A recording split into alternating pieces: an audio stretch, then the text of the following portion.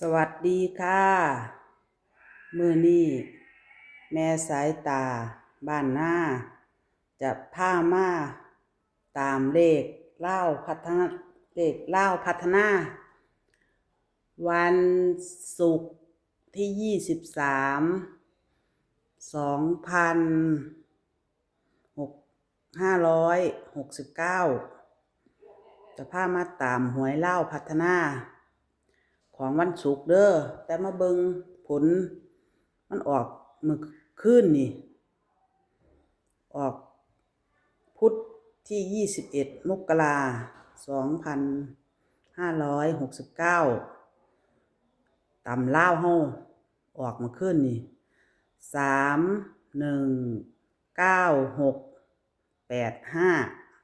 319685ผลหวยลาวมื้อคืนนี่เด้อพ่อแม่พี่น้องมื้อคืนนี่ปัจจุบันเฮามาเบิ่งหวยลาวพัฒนาของพ่อกั้งมันก็มีเข้าแล้วก็มีหลุดแล้วเนาะมื้อคืนนี่หันว่า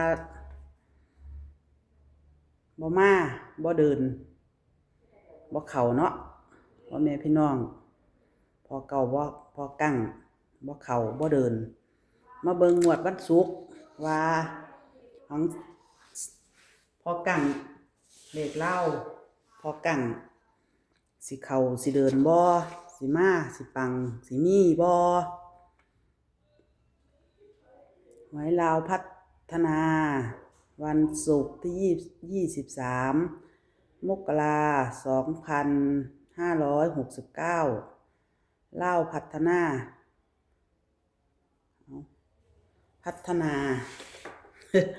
โอ้ยลืมใส่หน้าบัดพี่น้องเอ้ยเขียนไปเขียนมาก็ลืมเอาเติมเอาก็ได้ดอกเนาะ ลาวพัฒนาพอกันเออทางช่องก็เป็นทางช่องใหม่เว้าก็ลงหน้าลงหลังบ่ทันได้คล่องบ่ทันได้ลึงคักเอามาตามหวยลาวพัฒนาพอกังเด้อบัดนี้วันศุกร์ให้ก่อนไปมื้อนึงแต่ว่าออกมื้ออื่นพุ่นล่ะแต่ว่าสิลงให้มื้อนี้ตามเบิ่งเลขสิเข้าสิปังอีกบ่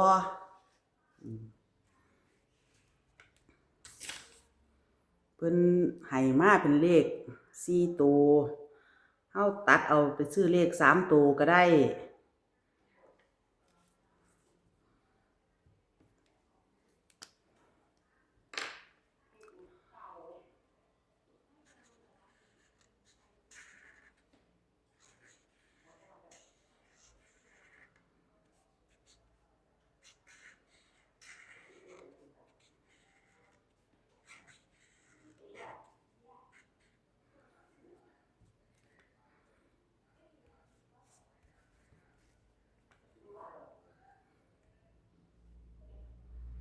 บนล่างบนล่างจับคู่บนล่างเป็นเลข4ตัว4หลักเนาะเอามีหยังแหน่มี1มี9แล้วก็มี4มี8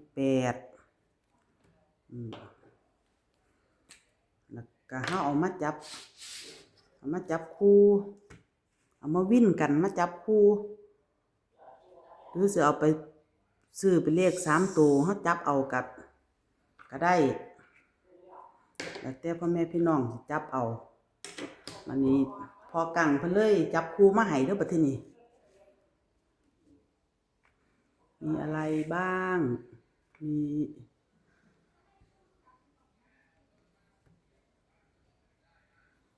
19 แล้ว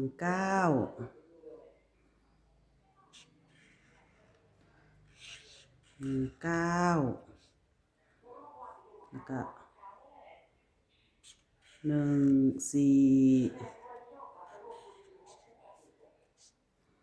14แล้วก็มี18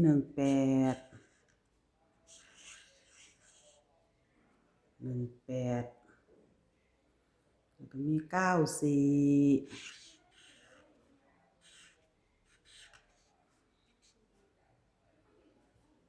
98แล้วก็48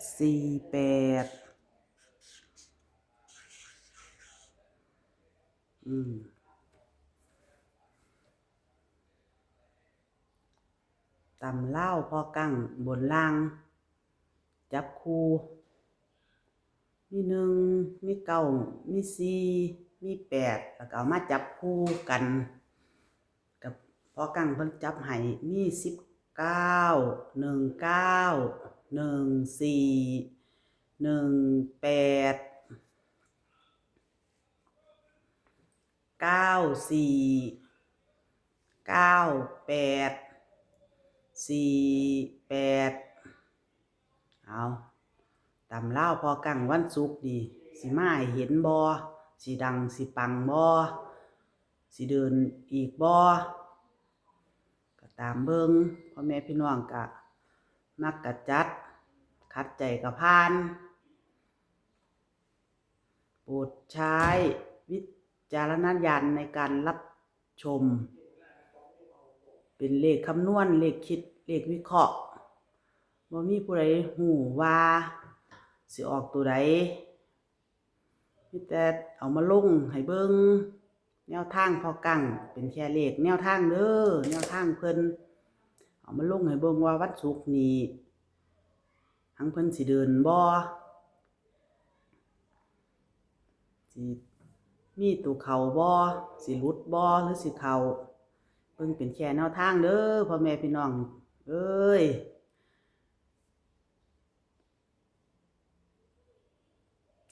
ถ้าผู้พ่อแม่พี่น้อง FC ท่านใดอยากได้เลขของเซียนเหรียญก็ให้พิมพ์มาเด้อสิทางช่องสิไปเอามาลงให้นี่เลขเซียนเหรียญเพิ่นเข้าตรงๆ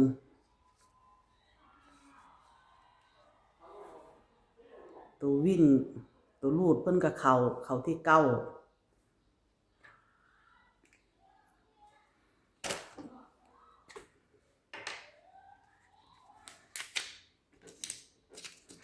ตัววิ่งตัวลูดเพิ่น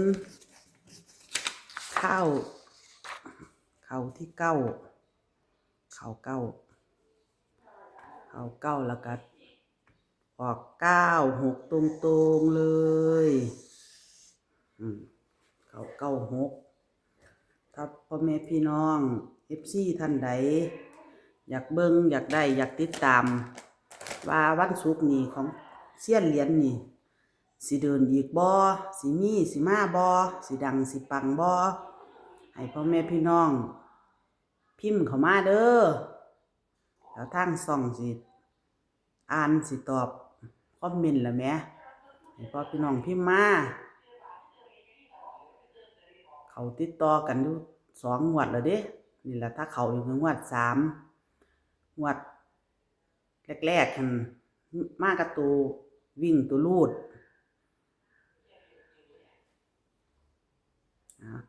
ครับพ่อแม่พี่น้องอยากได้ตำลาวเซียนเหรียญกับพิมพ์มาเดี๋ยวทางช่องสิไปเอามาให้พ่อแม่พี่น้องได้เบิ่งได้ตามวันนี้มื้อนี้เอาของพ่อกั้งไปก่อนตามของพ่อกั้งเบิ่ง เอาแนมกับดักแปรเด้พ่อแม่พี่น้องคนเคยเว้าแปรกับแปรล่ะเอา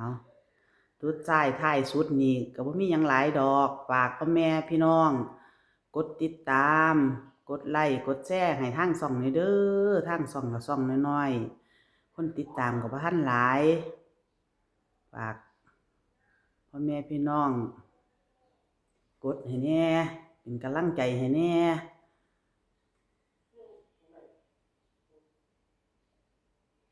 เลขลาวพัฒนาวันศุกร์ที่23 20:30ให้ ให้พ่อแม่พี่น้องสุขๆหมันๆสุขหูสุขคนเด้อสวัสดีค่ะ